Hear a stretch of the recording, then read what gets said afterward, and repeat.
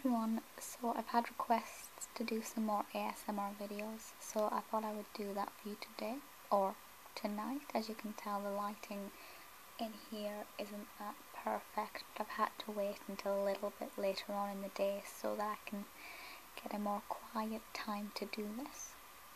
In my last ASMR video, or it might have been the one before that, I asked whether you prefer soft spoken or whisper, and the opinion was quite divided, but most people seem to prefer soft spoken.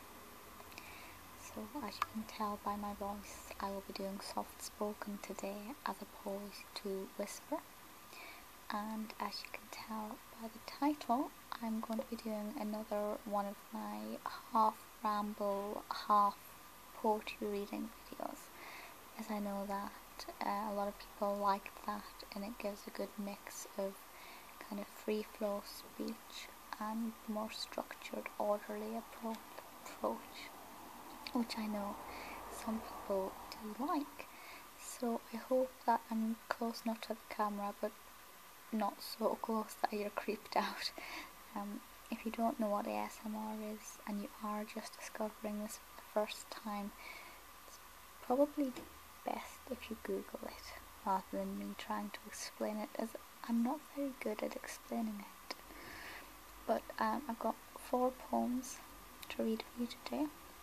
So as always, the eternal love of my life will feature in this, Lord Byron. And I will be reading from the Oxford Major Works. As you can see there, this is my go-to when it comes to his major poems. It's the most convenient and there's a lot in there. And then I'm going to be reading a few more. I apologise if you could hear the train going past my window there. I'm going to be reading 2 from the nation's favourite poems. This is a library book. I did have this. I may still have this, but I can't find it at present, so I took it out of the library. And the 2 poems I've selected to read are actually side by side, which is very useful. So as you can, slightly awkward camera angle, as you can see, we've got The Passionate Shepherd to His Love by Christopher Marlowe. And the second one is The Song of the Wandering Aengus by W.B. Yeats, which I studied last year at university, and I fell in love with it completely. It is such a beautiful, magical poem, and I think the context of it is quite appropriate to an ASMR video.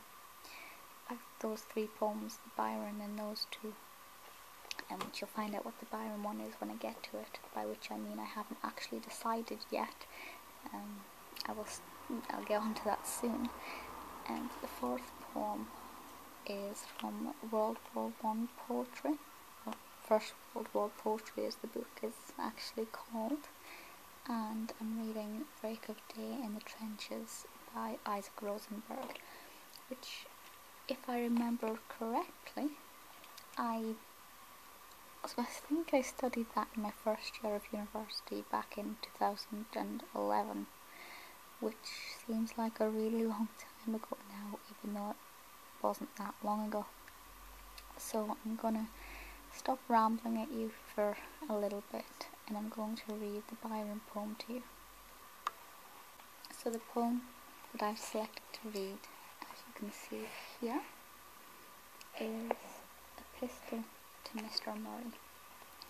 Mr. Murray being Byron's publisher, John Murray, who is, I was going to say a very famous publisher. That's not the best way to describe John Murray. John Murray Publishers is still going, but slightly differently now. So I'm trying to work out how best to position myself and the book. Not sure I thought this one through. Right, here we go. So it's going to be quite a close whisper. There will also be soft spoken, sorry. There will also be page turning in this, as that's the only way I can get onto the next page.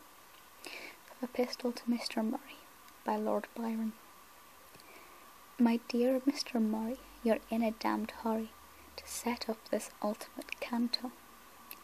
But if they don't rob us, you'll see Mr. Hobhouse will bring it safe in his portmanteau. The journal you hint of is ready to print off.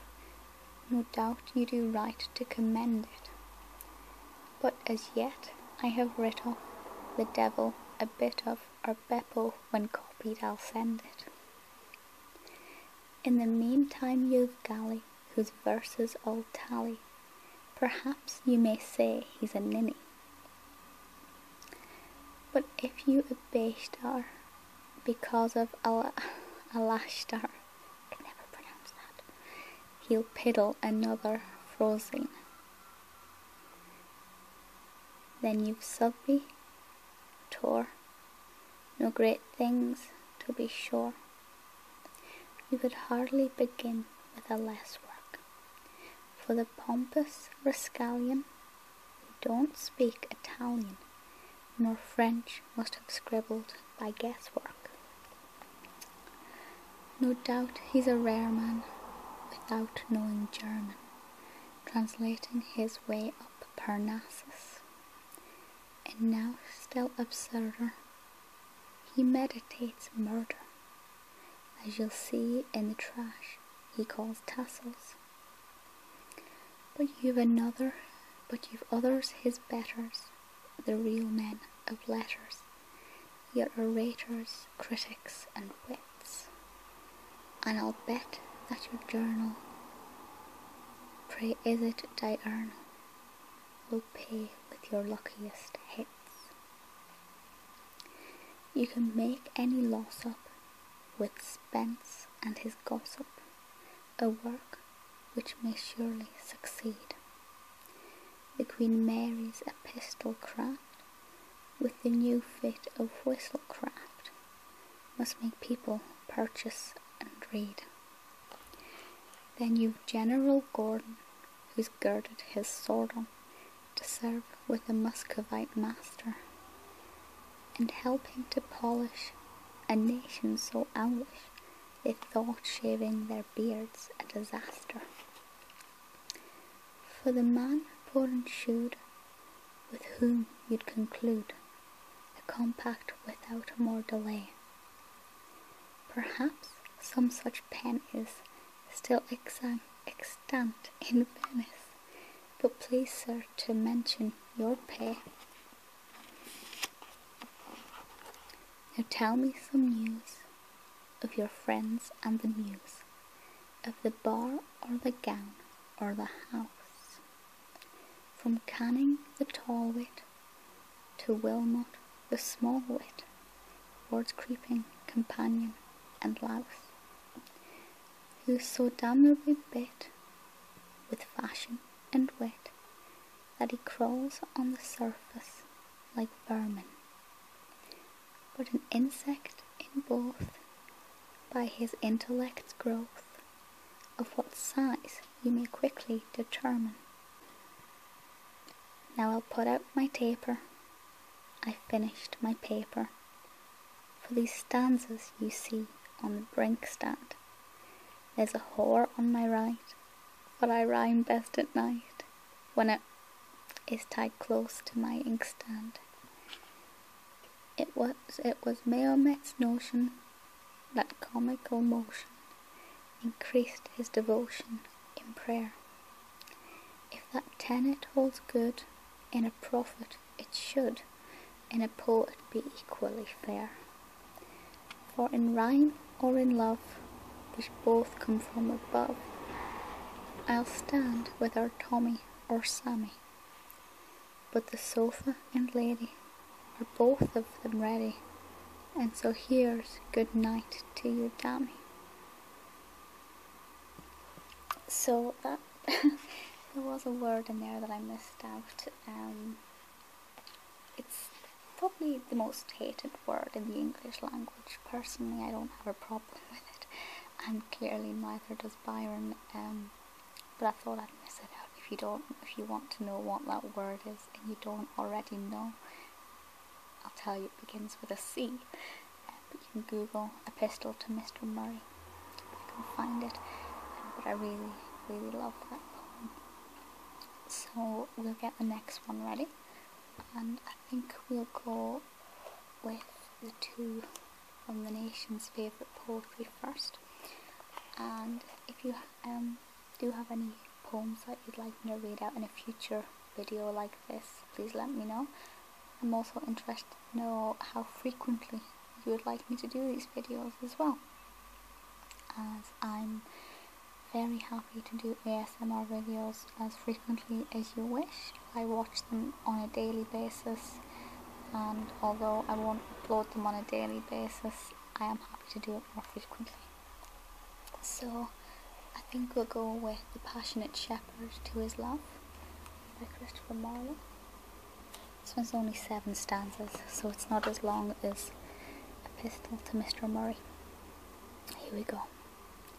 Come live with me, and be my love, and we will all the pleasures prove that hills and valleys, dale and field, and all the craggy mountains yield.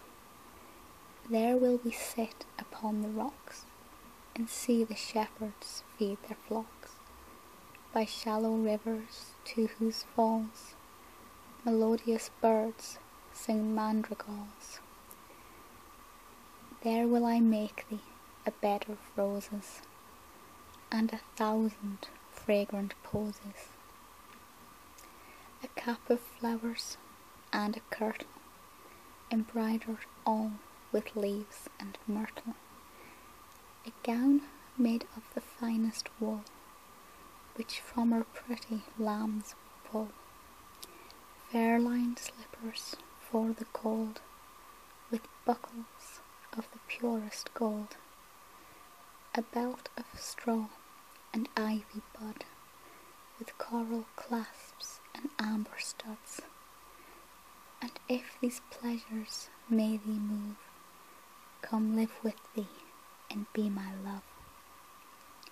Thy silver dishes for thy meat, as precious as the gods do eat, shall on an ivory table be, prepared each day for thee and me. The shepherd swains shall dance and sing for thy delight each May morning. If these delights thy mind may move, then live with me and be my love. I'm not particularly bothered about the works of Christopher Marlowe. That is not to say I don't appreciate him. I know his value, but I've just never been that drawn to him. But I really do like that poem, especially for an ASMR kind of video. I think it's quite a nice subject. If you are listening to the words, I know some people when they listen to ASMR videos kind of switch off from the words and listen to just the sounds, if that makes any sense, which I do occasionally do myself. So I'm going to give my arms a rest for a second as they're sore from holding up the books. The next one, as I said, is the Song of the Wandering Aengus by W.B. Yeats. And I have been an admirer of Yeats's poems since I think it would have been my first year of university. I think the first poem of his I read was In Memory of Eva Corbuth in Con Markievicz, I think. Might have been one before that, but I do love his work. I love a lot to do with Ireland, pretty much anything to do with Ireland, to be honest. And most people seem to think I'm from there, which I guess they can get that from my love of the place, but I'm not from there. I have not yet been. Yeats is of course Irish, and he writes a lot of Irish mysticism, and the Song of the Wandering Aengus kind of fits into this category. So this one's slightly shorter again, So we'll give this one a read. Throat's getting quite dry from talking for so long. I went out to the hazel wood because a fire was in my head, and cut and peeled a hazel wand and hooked a berry to a thread. And when white moths were on the wing, and moth-like stars were flickering out, I dropped the berry in a stream and caught a little silver trout. When I had laid it on the floor, I went to blow the fire aflame, but something rustled on the floor, and someone called me by my name. It had become a glimmering girl with apple blossom in her hair, who called me by my name and ran, and faded through the brightening air. Though I am old with wandering through hollow lands and hilly lands, I will find out where she has gone, and kiss her lips and take her hands, and walk among long dappled grass, and pluck till time and times are done the silver apples of the moon, the golden apples of the sun. I love that poem. Again, it's from the nation's favourite poems. There's a series of these that are really good. Not too much of a fan of the constant repetition in that poem. A lot of words are repeated, and I'm just personally not a fan. I know some people like that, that's perfectly fine, but I don't. It's believed, and I would certainly argue, that the Song of the Wandering Aengus is about Maud Gonne, who is one of my favourite people in all the world. I love her so much. If you don't know who she is, please Google her and have a look at her story, because she's quite magnificent. I'd quite like to write something about her in the future, though what that would be or when, I'm not really sure, but we'll see what happens with that.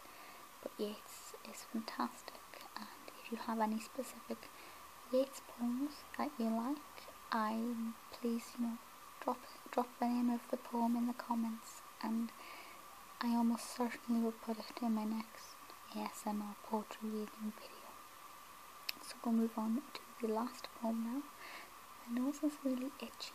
What does it say? If your nose is itching, someone's looking to pick a fight with you. I don't know who'd want to pick a fight with me.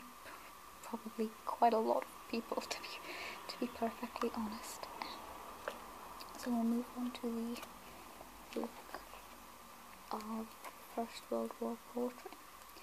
Now, perhaps First World War poetry is not the most relaxing for an ASMR video, but war poetry has a lot of strong sounds in it, like T's and things.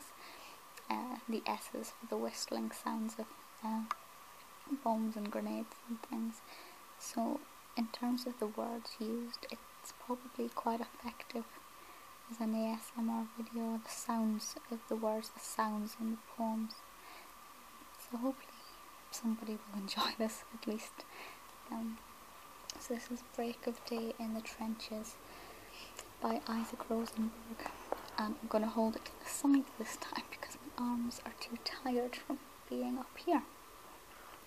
So we have the beginning of the poem. Do you know when you forget you're talking to somebody and you're not talking to yourself? Because I talk to myself quite a lot. I just had that weird moment where I forgot the camera was on. It's dangerous territory. Right. Break of Day in the Trenches by Isaac Rosenberg. The darkness crumbles away. It is the same old druid, time as ever. Only a live thing leaps my hand, a queer sardonic rat. as I pull the parapet's poppy, the stick behind my ear.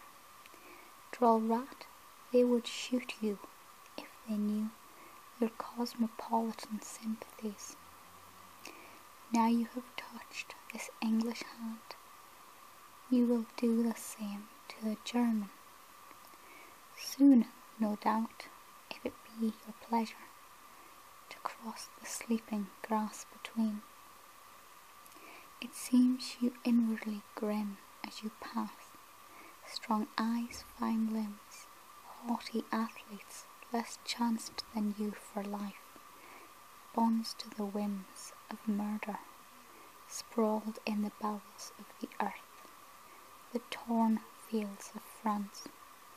What do you see in our eyes at the shrieking iron and flame, hurled through still heavens? What quaver, what heart aghast? Poppies whose roots are in the man's veins, drop and are ever dropping, but mine in my ear is safe, just a little white with the dust. I do like the imagery in war poems, which I mean that in the least morbid sense possible. This book's published by Penguin, part of Penguin Modern Classics. Again, this is a library book, and I think it's quite old because it was $3.99 when it first came out. Let's get publication. Yes, this edition was published in 1981, back when books were less than £5.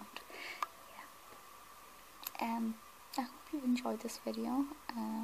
I did my last one in black and white because I was sitting in a different angle, awfully close to the camera. Makes me think of Tim Burton's next film. See, I can't do a video without not mentioning him. I may, in the future, read some of Tim Burton's poems. Sorry if you can hear that bus outside.